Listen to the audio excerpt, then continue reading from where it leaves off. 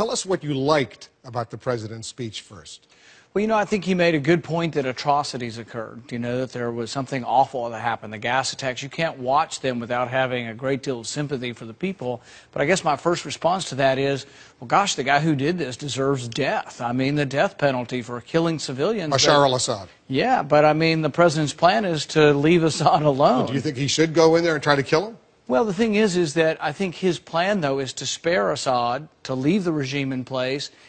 But at the same time, he says someone must pay for breaking this international norm, but he's really not willing to actually make Assad pay. I think there should be a way that Assad pays, either through an international tribunal or something. I think Assad can't remain there. Targeted assassination? Well, I'm not really saying that. What I'm arguing is that what the president has planned is not going to accomplish what he says he's going to accomplish, which is to punish Assad for this. I think Assad personally will not be held accountable for this.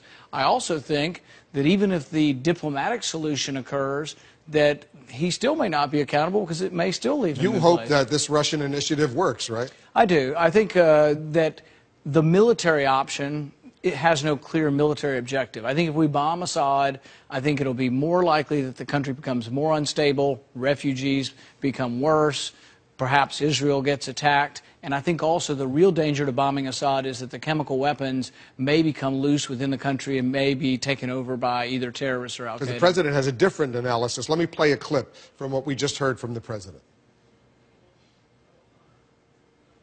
Get involved at all in a place that's so complicated, and where, as one person wrote to me, those who come after Assad